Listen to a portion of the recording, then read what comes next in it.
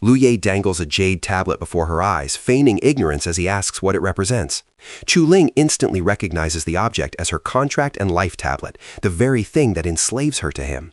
Without hesitation, Lu Ye ignites the artifact, burning the magical bond into ash. He coldly dismisses her, telling her to return to the Chu Sword Villa now that she is truly free. But Chu Ling lingers, her curiosity getting the better of her fear. She questions why he chose to self-destruct in the future timeline when he supposedly possesses 9 lives. Lu Ye's expression darkens, her aura flaring with terrifying heat. He snaps at the traitor, warning her that his secrets are none of her business and ordering her to scramble away immediately. Lu Ye walks away, letting the last sparks of the contract die out. He sneers, knowing that without him, a gruesome death awaits her. Chu Ling glares at his retreating back, her confidence surging. She believes her innate sword body is all she needs and that Lu Ye was the only thing holding her back from greatness. She rushes out of the estate, her heart soaring as she gazes upon her homeland.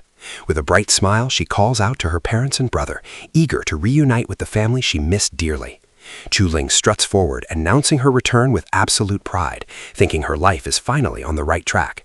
Back in the shadows, Lu Ye watches her leave with a cold, mocking expression. He knows exactly what she is walking into. Her so-called loving family consists of a bastard father, a shameless mother, and a trash brother. Lu Ye grins demonically, ready to watch the pitiful girl realize that her freedom is actually a curse. Lu Ye watches Chu Ling's silhouette retreat, a sinister smirk curling his lips. He knows that when she returns to her family, she will learn the true meaning of a living hell. Turning away, Lu Ye resolves to show no mercy in this second life. Without the weight of those 8 ungrateful women dragging him down, he is certain he will ascend to an even higher realm. Suddenly, the peace is shattered by a deafening crash. Lu Ye recoils as the wooden doors explode inward, splinters flying everywhere. To his shock, a slender, bare leg smashes through the wreckage, announcing a violent arrival. Lu Ye narrows his eyes, instantly recognizing the golden aura radiating from the future Red Rhombus Empress, Yue Hongling. With a furious shout, Yue Hongling kicks the door into splinters, storming into the room with reckless aggression. She screams that she will kill him, channeling all her hatred into a single lethal strike. Yue Hongling unleashes a high kick aimed at his head, but Lu Ye moves faster. He effortlessly catches her ankle mid-air, halting her attack with humiliating ease. He pulls her close, trapping her in his grip. Lu Ye stares down with a chilling gaze, daring her to try again as panic flickers in her eyes. Lu Ye shifts his grip, seizing Yue Hongling by the throat while keeping her leg pinned high. She stammers, completely immobilized by his overwhelming strength and confused by his casual dominance. His eyes glow with red malice as he delivers a simple, brutal ultimatum. Since she kicked down his door, she will fix it immediately, or he will snap her neck right here and now. Yue Hongling grits her teeth, tears forming in her eyes, as she defiantly refuses to submit. She screams that if not for his interference, she would already be happy with her beloved Fang Wuxie. Lu Ye slams her against the wall, pressing his body against hers to crush her resistance. He coldly points out that if she truly wants to find her lover, she needs to keep her life to do it. His grip tightens, choking the air from her lungs, until panic completely overtakes her pride.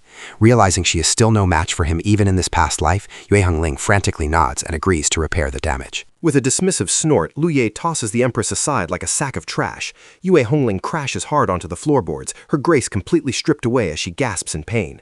Lu Ye turns his back on her, his red eye glowing with lethal intent as he delivers a final warning. If the door isn't repaired by the time he returns, she is a dead woman.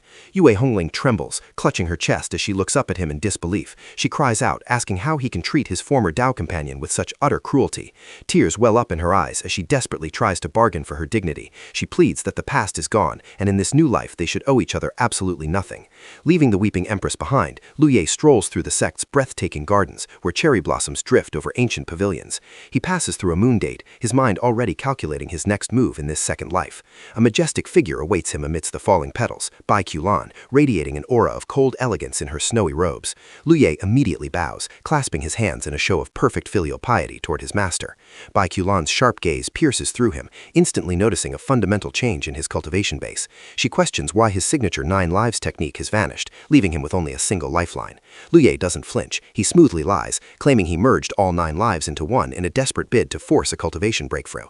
He stands tall with a confident grin, framing his loss of power as a deliberate, ambitious gamble.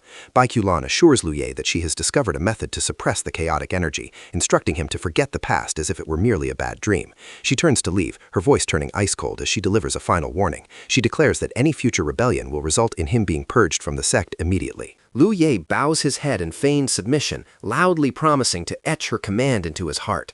But as soon as she is out of sight, his expression darkens. He mocks her confidence internally, knowing that in the original timeline, she only survived because he secretly absorbed the lethal Chaos Yin poison into his own body. Left alone on the windy peak, Lu Ye assesses his condition. He realizes his cultivation has plummeted all the way back to the humble 5th layer of qi refining. Undeterred, he sits in meditation and focuses his energy. A sharp blade of blue light manifests at his fingertips as he greets his old weapon with a smirk. A blue holographic interface manifests before Lu Ye, offering 3 paths: cultivate, deduce, or comprehend Tao. Lu Ye smirks, relieved that his system followed him back in time. He asks if it still requires energy, but the system boasts that it has evolved into the heavenly Tao itself and needs no fuel. Lu Ye acknowledges the power-up, but calls out the system's ruthless methods. He questions if it was really necessary to drop the lethal eternal Great Tribulation on his head in the previous timeline. A chibi avatar pops out, insisting that the strongest host requires the strongest trials to prove their worth. Lu Ye accepts the twisted logic with a sarcastic thanks. He shuts down the conversation and orders the system to begin cultivation immediately. The system initiates the 9 lives undying heaven scripture. Golden flames erupt around Lu Ye as he begins the process of reclaiming his lost power. Meanwhile, at the entrance of the Chu Sword Villa, a woman sprints up the long stone staircase, gasping for breath. It is Chu Ling. Freshly released from Lu Ye's service, she beams with joy and shouts for her parents, announcing that she has finally returned home. A guard at the Chu Sword Villa gate spots a figure approaching and freezes in confusion. He recognizes the woman as the eldest miss, though he can't understand how she has returned in such a state. Another voice interrupts, mistaking Chu Ling's torn clothes and disheveled hair for those of a vagrant. The guard shouts at her, demanding to know where a beggar got the nerve to approach their noble villa. Chu Ling stops, shocked by the hostility at her own home. She firmly denies the accusation, announcing her identity as the eldest miss, Chu Ling. Her beauty radiates even through the grime, but the guards remain unconvinced. A hand reaches out to grab her, dismissing her claim and moving to physically throw her off the property. The guard draws his blade, accusing Chu Ling of being a wild imposter. He threatens to cut her down without mercy if she doesn't leave immediately. Desperate, Chu Ling shouts at the guard Chu Si, begging him to look closely at her face. She reminds him of their past, how he used to hold her and give her candy when she was a child. But Chu Si doesn't care. He lunges forward with his weapon, sneering that she isn't even a true blood relative of the Chu family anyway. Chu Ling barely dodges the strike, shocked that her return is met with such lethal hostility. A senior guard watches with a scowl, mocking her stupidity for returning to the villa after finally escaping the so-called Devil's Den. Chu Qing stands trembling in her tattered clothes, clinging to the belief that her adoptive parents still love her like their own flesh and blood. Suddenly, a commanding voice interrupts the commotion. Chu Xianxia, the Chu Sword Villa master, steps out, his eyes lighting up with greed as he recognizes her innate sword body. The attacking guard freezes in absolute terror, realizing he nearly killed the master's most valuable asset. Chu Xianxia rushes down the steps with open arms, instantly switching his demeanor to that of a loving father. He stands alongside his wife, Zheng Shuiyue, welcoming Chu Ling back with a warm smile that hides his true intentions. Chu Ling rushes into the courtyard, calling out to her father with relief. Her parents, Chu Xiongchen and Zheng Shuiyue, immediately scold her for disappearing without a word, feigning extreme worry. Chu Ling quickly spins a lie to cover her tracks, claiming she was held hostage by the Great Tao sect and forced to flee in secret just to see them again. Suddenly, a sickly young man stumbles out of the manor, groaning in pain as a servant rushes to support him. This is Chu Shifei, her elder brother. Upon seeing him, he burst into tears of relief, not because he missed his sister, but because his designated scapegoat has finally returned to save him. Lu Ye meditates intensely, drawing upon the ambient spiritual energy of the Great Tao sect to fuel his cultivation. Leveraging the vast experience of his past life, he shatters normal limits, rocketing from the 5th to the 9th layer of qi refining in a mere 15 days. With momentum on his side, Lu Ye pushes harder, attempting to break through into the core formation stage immediately. But abruptly, his internal energy seizes up, forcing him to violently cough up a mouthful of blood. Lu Ye gasps for air, realizing with horror that half the true qi in his body has solidified and refuses to move. A blue system notification instantly pops up, identifying the anomaly as the heavenly rigidity poison. Lu Ye's eyes narrow in fury as he realizes the Empresses didn't just use the goo worm, they planted a secondary, dormant poison to ensure he remained crippled forever. They clearly intended to leave him with absolutely no path to recovery, regardless of his resilience. But a confident smirk returns to his face as he stands on the cliff's edge, knowing he possesses a trump card they never accounted for. He summons his interface, calmly asking the system for a method to break the poison and ruin their plans. The system offers a straightforward solution. Luye must advance to the origin core realm to transform his energy and dissolve the poison.